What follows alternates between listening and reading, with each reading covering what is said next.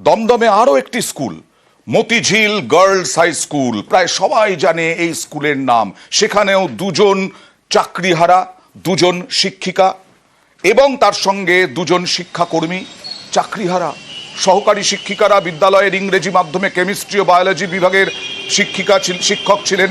শিক্ষাকর্মী ও শিক্ষক চলে যাওয়ায় যথেষ্ট অসুবিধার সম্মুখীন হতে হবে বলে জানান প্রধান শিক্ষিকা পায়েল দে। এখানেও এই তিনজন কি করবেন ভেবে পাচ্ছেন না।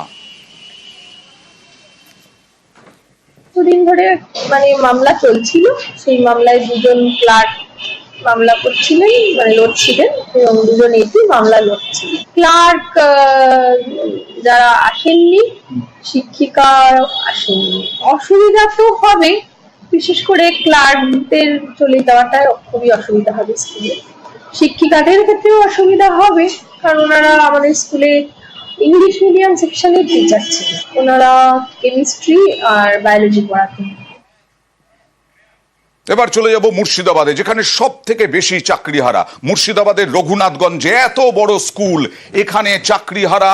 শুধু তাই নয়, পরীক্ষা চলছে সব জায়গায়, এখানেও পরীক্ষা, কিন্তু পরীক্ষা বন্ধ হয়ে গেল।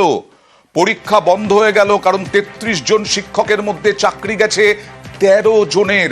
শিক্ষকের অভাবে পরীক্ষা বন্ধের সিদ্ধান্ত নজরদারি, খাতা দেখা, তার শিক্ষক নেই।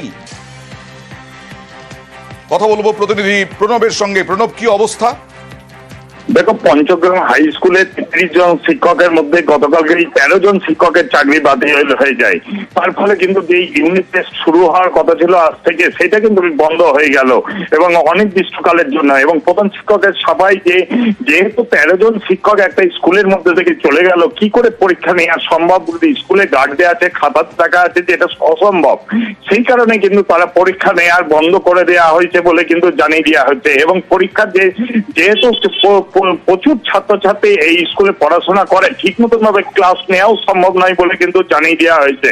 এবং এখানে তোমার ছাত্রছাত্রীরা আলাদা ভাবে ক্লাস হওয়ার ব্যবস্থা ছিল, কিন্তু একভাবেও যদি ক্লাস করা হয় সেটাও সম্ভব নয়, কারণ ছাত্র এবং শিক্ষকের অনুমতি প্রায় কি হবে, কি ভাবছেন এখন? কোনো ভাবনাও তো এখন আসার কথা নয়। প্রণব, দেখো, আমরা স্কুলের ডিআই যিনি রয়েছেন, যে মুর্শিদাবাদ জেলার পরিদর্শক যিনি রয়েছেন, তার সঙ্গে আমরা কথা বলেছিলাম এই ব্যাপার নিয়ে। তিনি এখন বলছেন যে গোটা জেলাতেই এই একই অবস্থায়, একই চিত্র, কিন্তু কি হবে সেটা পরবর্তীকালে আমরা বসে ঠিক করব। চাকরি হারিয়েছেন তাদের কি হবে, আর এক হচ্ছে এই পড়ুয়াদের ভবিষ্যৎ কি?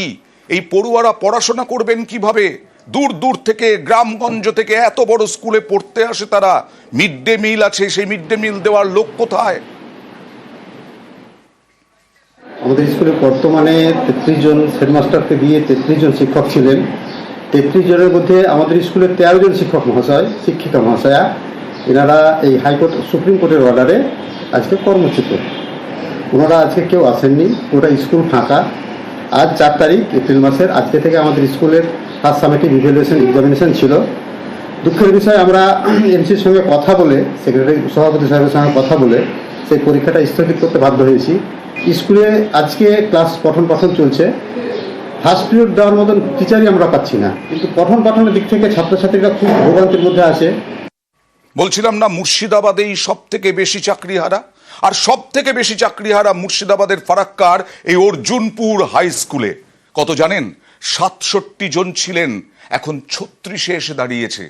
67 জন ছিলেন, এখন 36-এ এসে দাঁড়িয়েছে। শুধু তাই নয়, রেশিও কি জানেন?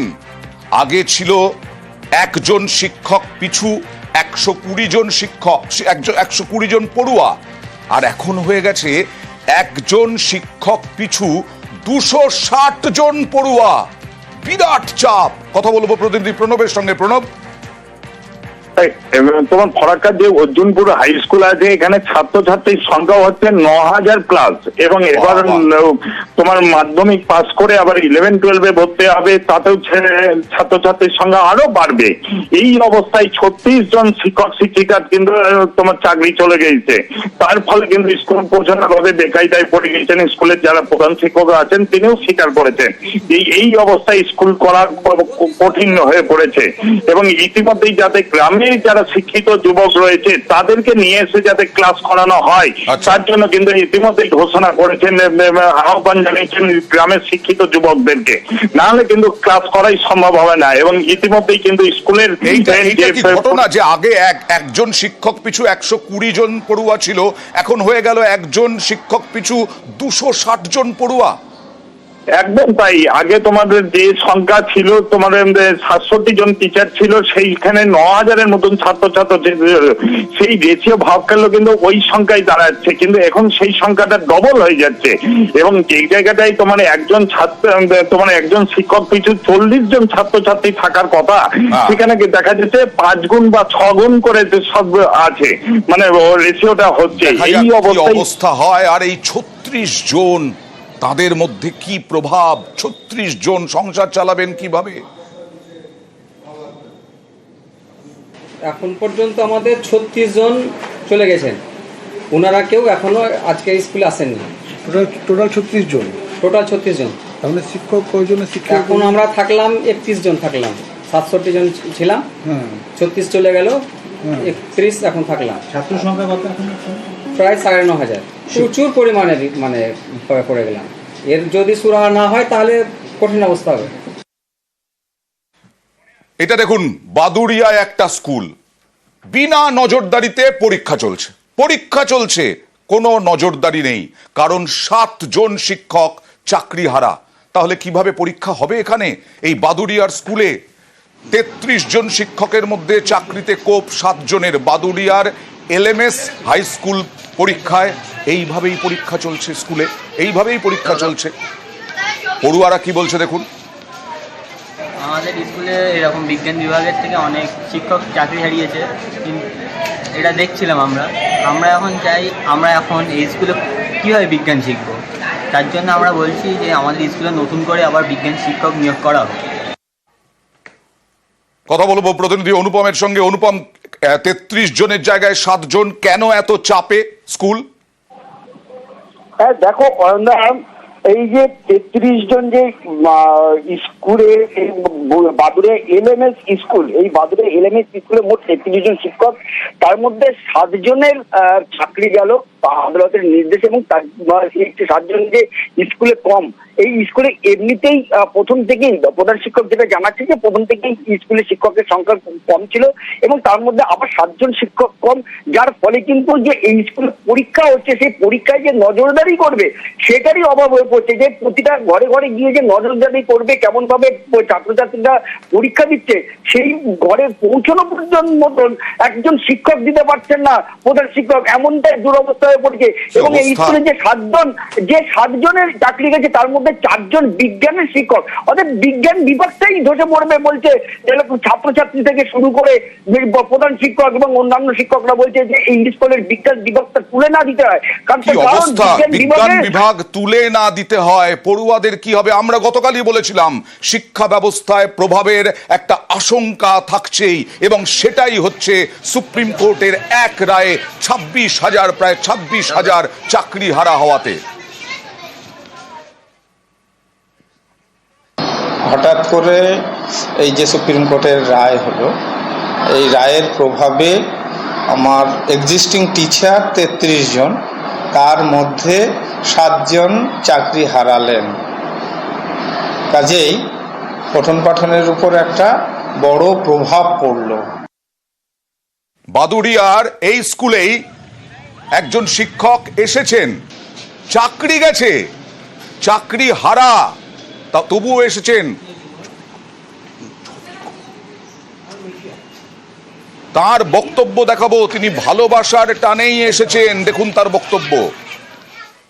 অবশ্যই ভালোবাসার তাগিদে তো আসছে, এবার এটাও বললে ভুল হবে যে ভালোবাসার জন্যই আসছে, এদিকে আমাদের চাকরি নেই। হ্যাঁ, কিন্তু আমরা একটা এডুকেশন ডিপার্টমেন্ট, আমাদের কি বলেন, কি জানান মাননীয় মুখ্যমন্ত্রী এই ব্যাপারে কি বলেন, হ্যাঁ, এবার সেই আর কি বিষয়টা কি হয় আলটিমেট বুঝতে তো পারছি না, সেই দিকে তাকিয়ে আছি। আর এবার নদিয়ার পলাশিপাড়ার নলদহ স্কুল, সেখানে 9 জনের চাকরি গেছে, 9 জন চাকরি হারা। এই স্কুলে কতজন শিক্ষক?